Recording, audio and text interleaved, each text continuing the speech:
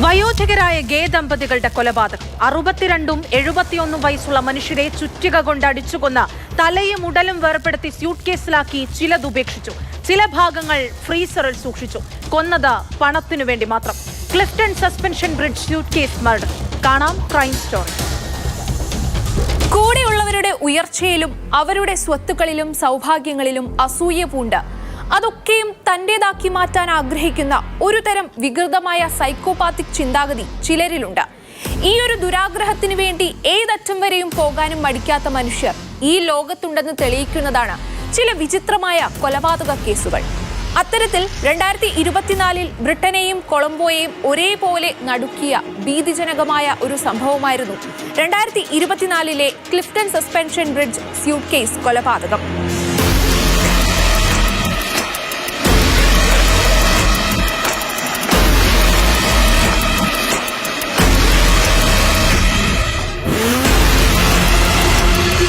കഥയിലെ വില്ലൻ പ്രതി 35 വയസ്സുകാരനായ യോസ്റ്റിൻ ആൻഡ്രൂസ് മൊസ്ക്യൂറോ.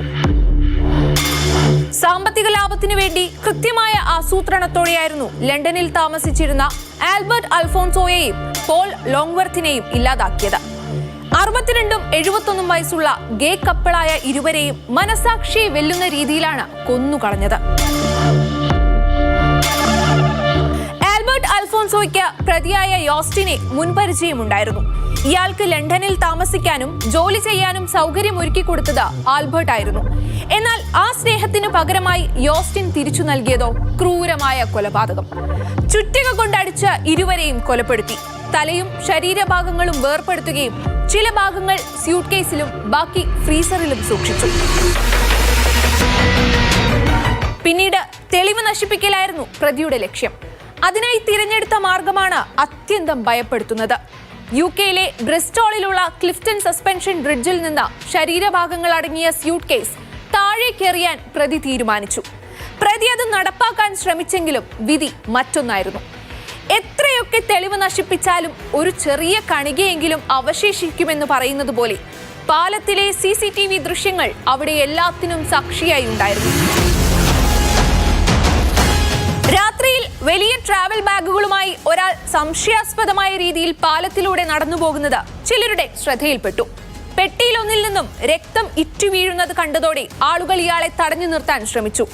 ഭയന്നുപോയ പ്രതി ബാഗുകൾ അവിടെ തന്നെ ഉപേക്ഷിച്ച് ഇരുട്ടിലേക്ക് ഓടിയൊളിച്ചു. ദൃക്സാക്ഷികൾ ഉടൻ തന്നെ വിവരം പോലീസിനെ അറിയിച്ചു. ആ പെട്ടിയിലുണ്ടായിരുന്ന ലഗേജ് ടാഗ് പോലീസിനെ എത്തിച്ചത് ലണ്ടനിലെ ഷെപ്പേർഡ്സ് ബുഷിലുള്ള ഒരു ഫ്ളാറ്റിലേക്കായിരുന്നു. ഇരകളായ ആൽബർട്ടിന്റെയും പോളിന്റെയും അപ്പാർട്ട്മെന്റ് ആയിരുന്നു അത്. അവിടെ പോലീസ് കണ്ടത് അതിക്രൂരമായ ദൃശ്യങ്ങൾ. മൃതദേഹങ്ങളുടെ ബാക്കി ഭാഗങ്ങളും അറുത്തുമാറ്റിയ തലകളും ആ അപ്പാർട്ട്മെന്റിലെ ഒരു ഫ്രീസറിനുള്ളിൽ സൂക്ഷിച്ചിരുന്നു.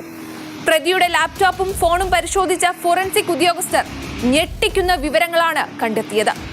കൊലപാതകം നടക്കുന്നതിന് ദിവസങ്ങൾ മുൻപ് തന്നെ ഒരു മനുഷ്യനെ കൊലപ്പെടുത്താൻ തലയിൽ എവിടെയാണ് അടിക്കേണ്ടത് എന്ന് അവൻ ഗൂഗിളിൽ തിരഞ്ഞിരുന്നു അത്രേ. കൂടാതെ ഫേസ്ബുക്ക് മാർക്കറ്റ് പ്ലേസ് വഴി ഒരു ഫ്രീസറും അയാൾ ഓർഡർ ചെയ്തു വരുത്തി. മൃതദേഹം എത്ര ദിവസം കൊണ്ട് ചീഞ്ഞു പോകുമെന്ന് ഇന്റർനെറ്റിൽ തിരഞ്ഞ ശേഷമാണ് മൃതദേഹങ്ങൾ പെട്ടിയിലാക്കി ബ്രിസ്റ്റോളിലെ പാലത്തിൽ നിന്നും താഴേക്കെറിയാൻ ഇയാൾ പദ്ധതിയിട്ടത്.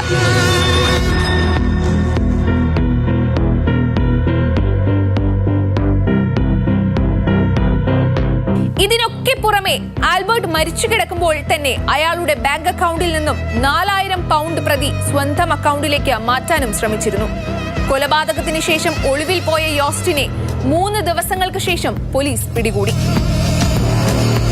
വിചാരണ വേളയിൽ താൻ ആത്മരക്ഷാർത്ഥമാണിത് ചെയ്തതെന്നും ഇരകളിൽ ഒരാളാണ് മറ്റൊരാളെ കൊന്നതെന്നും വരുത്തി തീർക്കാൻ ഇയാൾ ശ്രമിച്ചു. എന്നാൽ കോടതിയിൽ പോലീസ് ഹാജരാക്കിയ CCTV ദൃശ്യങ്ങളും ഡിജിറ്റൽ തെളിവുകളും ഇയാളുടെ വാദങ്ങളെല്ലാം പൊളിച്ചടുക്കി. 2025 ജൂലൈ 21 യോസ്റ്റിൻ കുറ്റക്കാരനാണെന്ന് കോടതി കണ്ടെത്തി. 2025 ഒക്ടോബർ 24 ലണ്ടനിലെ കോടതി പ്രതിക്ക് പരമാവധി തടവ് ശിക്ഷ വിധിച്ചു. ഇയാൾക്ക് കുറഞ്ഞത് 42 വർഷം ജയിലിൽ കിടക്കേണ്ടി വരും.